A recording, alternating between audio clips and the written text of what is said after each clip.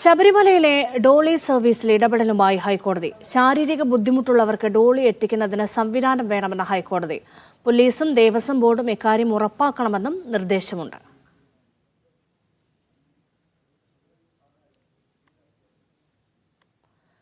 ശബരിമലയിലെ ഡോളി സർവീസിൽ ഇടപെടലാണ് ഹൈക്കോടതി ഇപ്പോൾ നടത്തിയിരിക്കുന്നത്. ശാരീരിക ബുദ്ധിമുട്ടുള്ളവർക്ക് ഡോളി എത്തിക്കുന്നതിന് സംവിധാനം വേണമെന്ന് ഹൈക്കോടതി നിരീക്ഷിക്കുകയാണ്. പോലീസും ദേവസ്വം ബോർഡും ഇക്കാര്യം ഉറപ്പാക്കണമെന്നും നിർദ്ദേശമുണ്ട്. അഹമ്മദ് മുജിതബ ചേരുന്നുണ്ട്. മുജിതബ, അങ്ങനെയാണെങ്കിൽ ഇതിന്റെ ചിലവ് വഹിക്കേണ്ടത് ആരാണ്?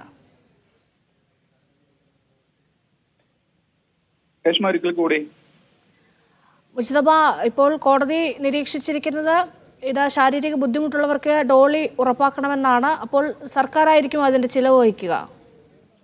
രേഷ്മ, ഈ കഴിഞ്ഞ ദിവസം ഈ ശബരിമലയിൽ എത്തിയ പമ്പയിൽ ബസ് സർവീസിൽ എത്തിയ ഒരു ഭിന്നശേഷിക്കാരന് ഡോളി ലഭിച്ചില്ല എന്നുള്ളൊരു പരാതി ഉണ്ടായിരുന്നു. ആ പരാതി പിന്നീട് ശബരിമല സ്പെഷ്യൽ കമ്മീഷണർ അത് ഹൈക്കോടതിയുടെ ശ്രദ്ധയിൽപ്പെടുത്തുകയും ചെയ്തു. അതിനെ തുടർന്ന് ഗൗരവമേറിയ വിഷയമാണ്. ഭിന്നശേഷിക്കാർക്ക് ഉൾപ്പെടെ ഈ ഡോളി സർവീസ് ലഭ്യമാകാത്തത് ഏറെ ഗൗരവമാണെന്ന് കോടതി നിരീക്ഷിക്കുകയും അതിലൊരു റിപ്പോർട്ട് തേടുകയും ചെയ്തിട്ടുണ്ട്. അതിനുശേഷമാണ് ഇന്ന് ഈ ഹർജി പരിഗണിച്ചപ്പോൾ കോടതി കുറച്ചുകൂടി കാര്യങ്ങൾ വ്യക്തമായി തന്നെ പറഞ്ഞിരിക്കുന്നത്.